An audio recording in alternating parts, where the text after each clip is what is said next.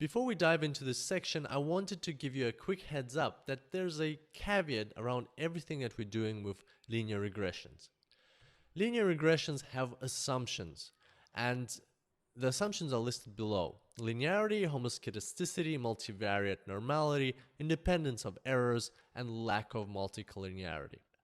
And before building a linear regression model, you need to check that these assumptions are true. And then you can only proceed and be sure that you're building a good linear regression model. Well, in this section, we won't be focusing on that. We won't be focusing on the assumptions of linear regressions in this section of the course.